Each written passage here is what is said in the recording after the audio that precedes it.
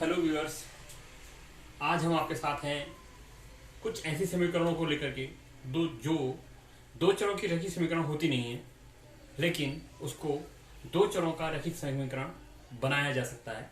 तो यहाँ पे देखेंगे हमारा जो टॉपिक है, दो चरों के रैखिक समीकरण युग्म के रूप में बदले जा सकने वाले समीकरण।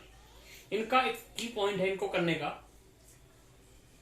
अगर प्रैक्टिस में आएंगे तो कुछ चीजें और आती हैं, और शुरुआती दौर में देखें तो इनका एक की पॉइंट ये होता है कि इस प्रकार के समीकरणों को हल करने के लिए विकृत जो चर होता है उसको कोई अन्य चर मान लेते हैं, और जो भी विधि सुटेबल हमें लग रही है हम उसका प्रयोग करके समीकरण को हल करके जो विकृत चर है उसका वैल्यू हम ज्ञात कर सकते हैं। तो आइए देखते हैं। इसके लिए एक प्रॉब्लम मैंने यहाँ पर लिया है। ये एक्सरसाइज 3.6 का पहला सवाल है, उसका पहला सवाल का पहला पार्ट है। तो आइए देखते हैं। 1/2x plus 1/3y is equal to 2, 1/3x plus 1/2y is equal to 13/6। तो दोनों समीकरणों को देख के पता चलता है कि ये रैखिक समीकरण इस समय नहीं है। क्यों नहीं है?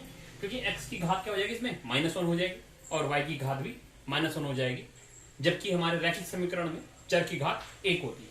तो करते क्या है, इन सवालों को देख के पता चल जाता है कि किस चीज को हमने मानना पड़ता है, किसको हमने मानना है। तो देखिए सभी जगह यहाँ पे 1/x है, यहाँ पे 1/x, 1/y, 1/y, 1/2x, 1/3x, 1/3y, 1/2y। तो कॉमन सी बात है, मैंने 1/x को क्या ले लिया है, एक नया चर बना लिया p, और साथ ही 1/y को क्या ले लिया, q ले लिया। अब इस कंडीशन को हम दोनों समीकरणों में अप्लाई करेंगे। तो पहले समीकरण में अप्लाई करते हैं। तो 1/x की जगह में p लिख लिया है, और 1/y की जगह में q लिख लिया है। तो p/2 plus q/3 equal to 2 बन गया।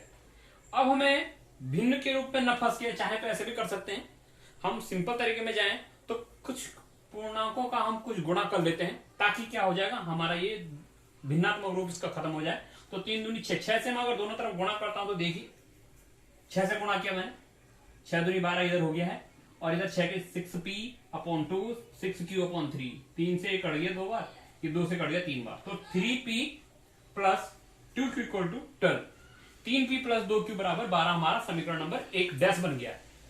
यही चीज अब जो हमने माना है इसको यहां पुटअप करते हैं समीकरण नंबर 2 में। तो p/3 plus q/2 is equal to 13/6। यहां पे भी मैं 6 से दोनों तरफ गुणा कर दूंगा इस समीकरण में।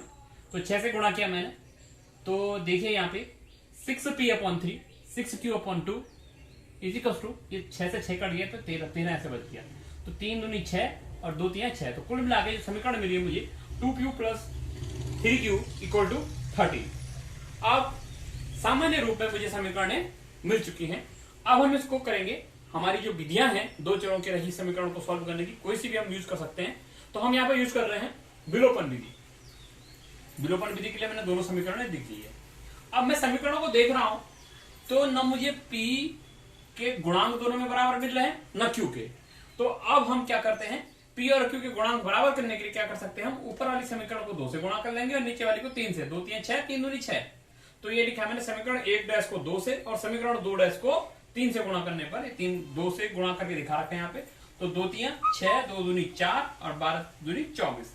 ऐसे ही 2 3 6, 3 3 9 और 13 3 39।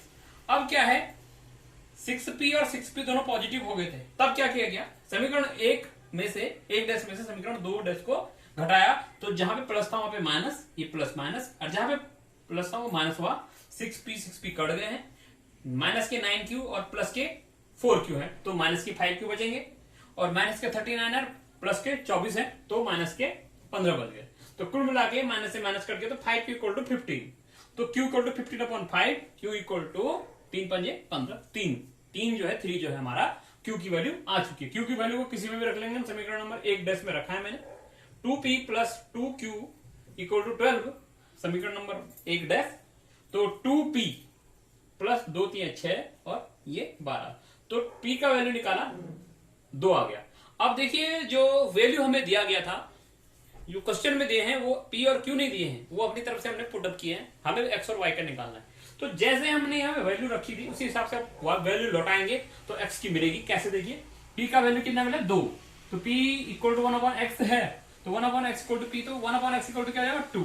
अब दोनों तरफ उल्टा कर देंगे तो क्या हो जाएगा, x की वैल्यू क्या आ जाएगी 1/2 आ जाएगी। और यहाँ पे देखेंगे q equal to 1/y, 1/y equal to q, तो 1/y की वैल्यू 3 है, तो y की वैल्यू क्या आ जाएगी 1/3। तो इस प्रकार से y की वैल्यू 1/3 और x की वैल्यू 1/2 हमें मिल गई।